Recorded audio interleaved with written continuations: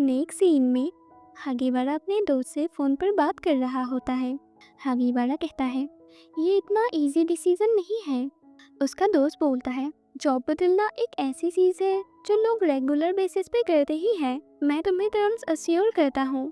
हागीवारा थोड़ा हेजिटेट होकर बोलता है, लेकिन उसका दोस्त बोलता है, एक नई शुरुआत करो। एनवायरनमेंट चेंज होगा तो मूव ऑन करना इजी होगा। मैं तुम्हें सोचने के लिए थोड़ा और टाइम दे सकता हूँ। मैं तुम्हें जल्द ही फिर से कॉल करूँगा। बाय। और वो कॉल कट कर देता है। उसके बाद उससे एक अननोन लड़की का मैसेज आता है जो उसे कहती है, मैं 35 ईयर की मैरिड वुमन हूँ, पर उस रात को मैं भूल नहीं पा रही। ये पहली बार है मैं ऐसे मेल कर रही हूँ। थोड़ा एम्बेरस फील हो रहा है। अगर तुम भी मुझ पे इंटरेस्टेड हो तो हम दोनों अपना सोशल मीडिया एक्सचेंज कर सकते हैं। लेकिन हागीवारा उसका कोई रिप्लाई नहीं देता। वहीं से हीरा गुजरता है। हागीवारा उसे देखकर उसे रोक लेता है और सीन यही कट होता है। इसके बाद हम नकाराई को देखते हैं। उसके डेस्क पर हीरा का कार्ड होता है। उसमें लिखा होता है, मैं तुम्हारे कोवर्कर से मिला था और ये मेरा कार्ड है। तुम मुझे कभी भी कॉल कर सकते हो। नेक्स्ट सीन में नकाराई और हीरा एक रेस्टोरेंट में मिलते हैं। नकाराई कहता है, हालांकि मैं तुमसे मिलने आया हूँ, पर मेरे पास कहने के लिए कुछ भी नहीं है। हीरा मुस्कुराते हुए कहता है, तो फिर तुम क्यों आए? खैर, तुमसे मिले हुए काफ़ी टाइम हो गया है। उसके बाद दोनों ड्रिंक करते हैं।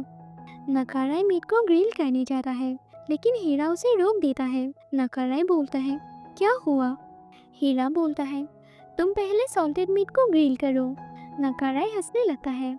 हीरा कहता है, तुम क्यों हंस रहे हो? नकाराई बोलता है, कुछ नहीं, मुझे बस किसी की याद आ गई जिसने एक बार मुझसे यही बात कहा था। थोड़ी देर बाद हीरा पूछता है, जब हम उस दिन मिले थे तो क्या मैं सैड दिख रहा था? नकाराई बोलता है, नहीं तो। हीरा बोलता है, ठीक है तो फिर। नकाराई बोलता है, पर तुम ये क्यों पूछ रहे हो? हीरा कहता है, मैं हागीवारा से मिला था। उसने ऐसा एक्ट किया जैसे ये कोई कोइंसिडेंस हो, पर मुझे लगता है कि वो मेरा वेट कर रहा था। और फिर उसने कहा, तुम सच में मुझसे बात करना चाहते हो? तो हमने बिजनेस कार्ड्स एक्सचेंज कर लिया। पहले मुझे डाउट था, पर थैंक गॉड मैंने उसे कार्ड दे दिया। मैं भी तुमसे बात करना चाहता था, पर मुझे ऐसा लगा शायद मैंने ऐसा बिहेव किया कि वो मेरे लिए वरीड हो गया। नकाराई बोलता है, नहीं, वो सच में काइंड पर्सन है। मुझे यकीन है वो मेरे बारे में सोच रहा था। हीरा स्माइल करते हुए बोलता है, हाँ, वो हमेशा काइंड रहा है। डिनर के बाद दोनों अपने अपने रास्ते निकल जाते हैं। नकाराई हागीवारा के बारे में सोचने लगता है, आज की तरह उस दिन भी तुमने प्रिटेंड किया जैसे तुमने कुछ नोटिस ही नहीं किया। हर बार तुम्हारी काइंडनेस मुझे कंफर्ट देती है। इसके बाद नकाराई घर पर आता है। जब वो अपना कोट उतारने लगता है, उसमें से परफ्यूम की बोतल गिर जाती है। नकाराई उसे उठाकर बोलता है, मैं तो इसके बारे में भूल ही गया था। नेक्स्ट सीन में नकाराई फुजिसावा से मिलने आता है। फुजिसावा बोलता है, मुझे माफ़ कर दो, मैंने तुम्हें पहले कॉल नहीं किया। नकाराई बोलता है, मैं भी तुम्हें कॉल नहीं कर पाया, इसीलिए आज तुमसे बात करना चाहता हूँ। फुजिसावा बोलता है, ठीक है। नकाराई बोलता है, तुम मेरी लाइफ का सबसे इम्पोर्टेंट पर्सन हो और ये कभी चेंज नहीं हुआ। लेकिन एक बात क्लियर है, मैं वापस नहीं जा सकता। फुजिसावा बोलता है, मैंने हमेशा तुमसे प्यार किया। बचपन से ही तुम मेरे लिए स्पेशल थे, लेकिन तुम्हारे लिए मैं सिर्फ एक अच्छा दोस्त था, है ना? इसीलिए मैंने सोचा तुम्हारे पास दोस्त बनकर रहना ही काफ़ी है। फिर वो बोलता है, लेकिन एक्सीडेंट वाले दिन मैं तुम्हारे पेरेंट्स से मिला था। मैंने उन्हें वेट किया। अंकल ने कार साइड में रोक दी। वो तुम्हारे न्यू जॉब मिलने की खुशी में गिफ्ट लेकर जा रहे थे। वो लोग बहुत खुश थे। उन्होंने मुझसे तुम्हारा ख्याल रखने के लिए कहा। फिर हम अपने अपने रास्ते चले गए और अगले ही पल एक्सीडेंट हो गया। फुजिसावा की आवाज़ हैवी हो जाती है।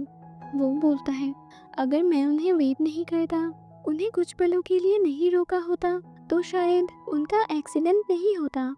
इसीलिए मैं तुम्हें कभी सच नहीं बता पाया।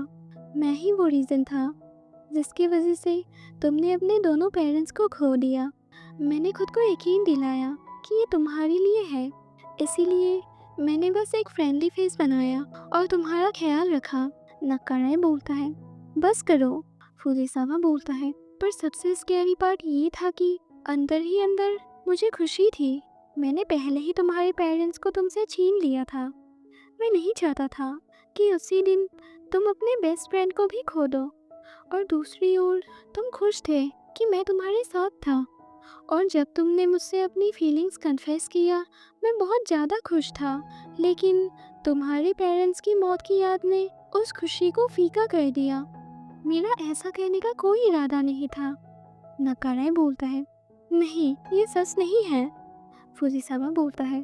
और जब तुमने मुझसे इंटीमेट होने के लिए पूछा, मैं तुम्हें बता नहीं सकता कि मैं कितना प्रिटेंड करना चाहता था कि कुछ हुआ ही नहीं। मैं बस तुम्हें होल्ड करके रखना चाहता था। लेकिन जब मैं उस दिन के बारे में सोचता हूँ, नकाराय बोलता है, तुम इडियट हो। तुम चुप क्यों नहीं रहे? तुम चुप रहकर मेरा बॉयफ्रेंड बन जाते, तब हम दोनों खुश रह सकते थे। फुजीसावा बोलता है, मुझे माफ़ कर दो। नकाराय बोलता है, मुझे हमेशा से पता था कि तुम कुछ छुपा रहे हो, पर मैंने ये सब इग्नोर किया। इसी बीच तुम्हारी काइंडनेस ने मेरे लिए हर दिन हालात को बदतर बना दिया। फिर वो पूछता है, काजुआकी, क्या तुम मुझसे प्यार करते हो? फुजीसावा बोलता है, हाँ, मैं तुमसे प्यार करता हूँ, बहुत ज़्यादा। नकाराय बोलता है, ओके, तो अब मुझे ट्रस्ट करो और जो मैं कहने वाला हूँ उस पर डाउट मत करना। मेरे पेरेंट्स को रोकने में तुम्हारी कोई गलती नहीं थी। फ्यूचर को कोई नहीं बदल सकता, फुजीसावा बोलता है। लेकिन नकाराय बोलता है, उनका जाना डेस्टिनी था। अगर वो लोग उस दिन बाहर ना जाते या फिर वो कार लेकर ना जाते, ऐसे जीवन का कोई अंत नहीं होता। मानव जीवन का अंत होना ही है, ये डेस्टिनी है। जब तक हम जिंदा हैं, हमें कुछ चीज़ों को छोड़नी पड़ती है, भले ही हम ना चाहें। तुम्हारी इसमें कोई गलती नहीं है। तुम्हारी वजह से कुछ भी डिस्ट्रॉय नहीं हुआ। जो स्ट्रेंथ तुमने मुझे प्रोटेक्ट करने में, मेरे ख्याल रखने में यूज़ किया, अब मैं चाहता हूँ उसे अपनी खुशियों के लिए यूज़ करो, फुजीसावा बोलता है। नकाराय बोलता है, बस एक दिन में एक स्टेप आगे बढ़ाओ, मुझे भी ऐसा ही करने दो। बेबी स्टेप्स लेने दो ताकि मैं फिर से खुद के पैरों में चल सकूं। जब नकाराय खिड़की से बाहर देखता है, वहाँ हल्की सी बारिश हो रही थी। नकाराय फुजीसावा को एक सिंपल बात समझाता है, जिंदगी एक ही दिन में नहीं बदलती। हमें बस एक एक छोटा कदम लेना होता है। अपने गिल्ट, अपने दुख को धीरे धीरे छोड़ना पड़ता है। और जब वो खिड़की से बाहर देखता है, तब वहाँ शंशावर होता है। इसका मतलब दुख के बीच में भी रोशनी है। फुजीसावा के लिए ये मोमेंट एक नई शुरुआत बन जाती है।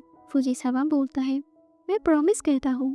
थैंक यू से फुजीसावा जो सालों से अपने दिल में एक बोझ, एक गिल्ट उठाए जी रहा था, आज नकाराय के शब्दों ने उस बोझ को हल्का कर दिया। पहली बार उसने महसूस किया कि शायद वो भी अपने दर्द से आज़ाद हो सकता है और दोबारा एक नई लाइफ स्टार्ट कर सकता है।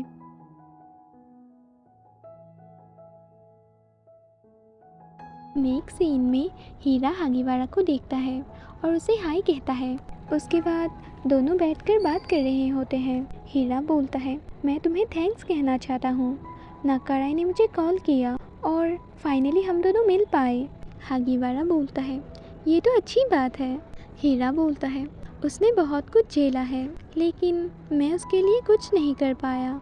वो हर वक्त फ्रस्ट्रेटेड और अननोइंग रहता था, लेकिन लंबे समय के बाद उसे खुश देखकर रिलीफ फील हो रहा है। शायद वर्ड्स में एक्सप्लेन ना कर पाऊँ, पर मुझे लगता है कि अब वो ठीक है।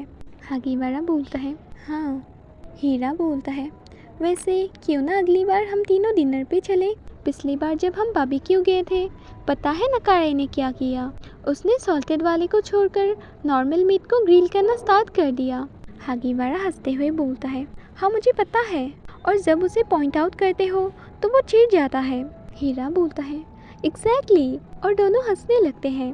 फिर हम नकाराय को देखते हैं जो टीवी देख रहा होता है, जिसमें बताते हैं कि बारिश अब स्टार्ट हो रही है।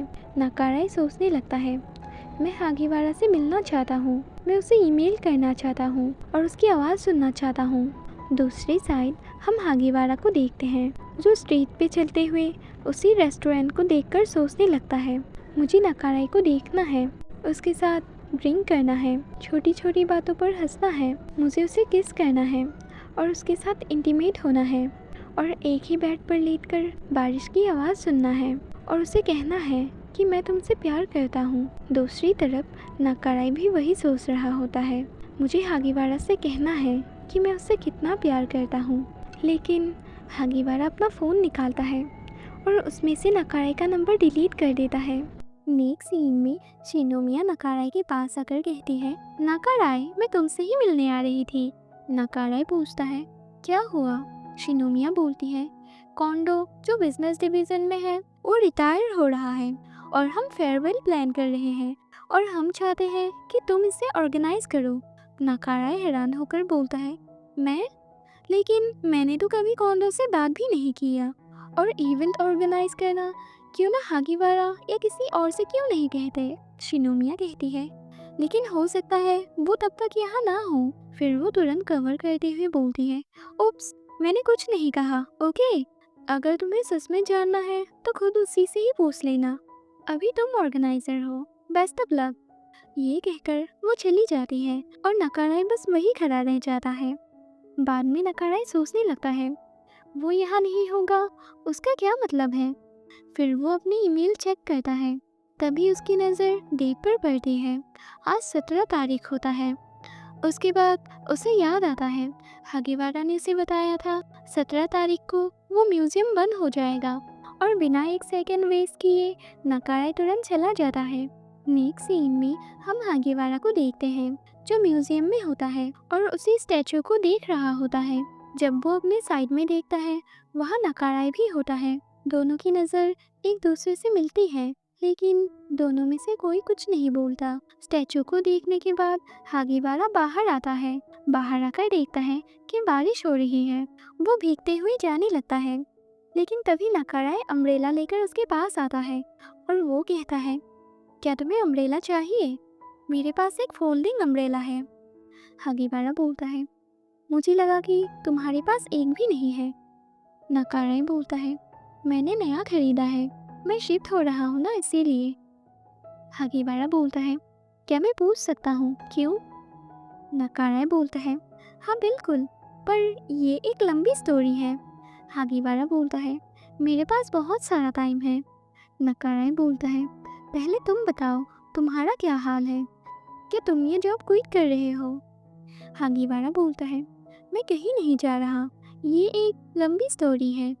नकाराई बोलता है, तो फिर कोई बात नहीं। हागीवारा बोलता है, तुम मजाक कर रहे हो ना? और हंसने लगता है और उसके बाद नकाराई को देखने लगता है। नकाराई फाइनली उसे कहता है, मैं तुमसे प्यार करता हूँ और मैं तुम्हारे साथ रहना चाहता हूँ। हागीवारा बोलता है, मैं भी तुम्हारे साथ रहना चाहता हूँ। नकाराई बोलता है, बस इतना ही? उसके बाद हागीवारा उसके अम्ब्रेला को नीचे करता है और उसे किस करता है और बोलता है, शुरुआत के लिए मुझे बस अपना ईमेल एड्रेस दे दो।